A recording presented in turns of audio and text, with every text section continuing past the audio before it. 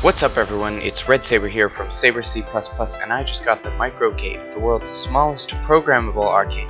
It's an awesome Arduino based kit, so once you assemble it you can program it yourself or download literally hundreds of games to it. Now, just so you guys know, the founder of the MicroCade did send this to me for free so I can check it out, so a huge shout out to him, but I'm not being paid anything for this video, these are just my honest thoughts. Now, let's see what we've got.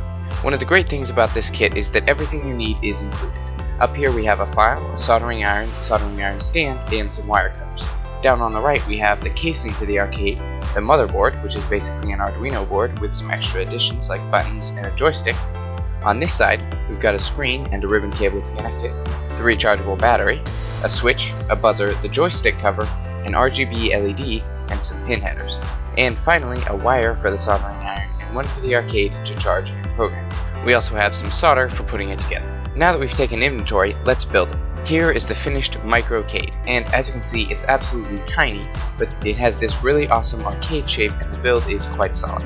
We've got the power switch here on top, the charging and programming port on the left side here, a joystick and two buttons for playing the game, and on the bottom we have a little access space with a couple of charging lights and a reset button. Now, let's power it on.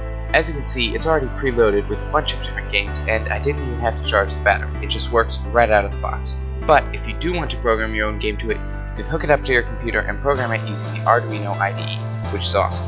So, what are the drawbacks? Well, there's a couple of things which aren't optimal. First, the joystick is super loose, so you are going to have to grab some tack or something and stick it on. Second, the screen is a little small. But when I spoke with the founder about both of these problems, I found out that both of them already have fixes going on, and a future version of the MicroCade will have a larger screen and a tighter joystick. So what's really awesome is that the MicroCade can continue to grow and improve with feedback from the community. All in all, this is an awesome little arcade machine that you can play an unbelievable number of games on, and it's only going to get better as time goes on. I've put the link in the description if you want to check this out. Be sure to hit the subscribe button below so you can continue to learn more about Arduino, including these mini consoles. Check out the video on the right to learn how to code a Tetris game with this MicroCade, or look at my channel on the left for lots more Arduino related content.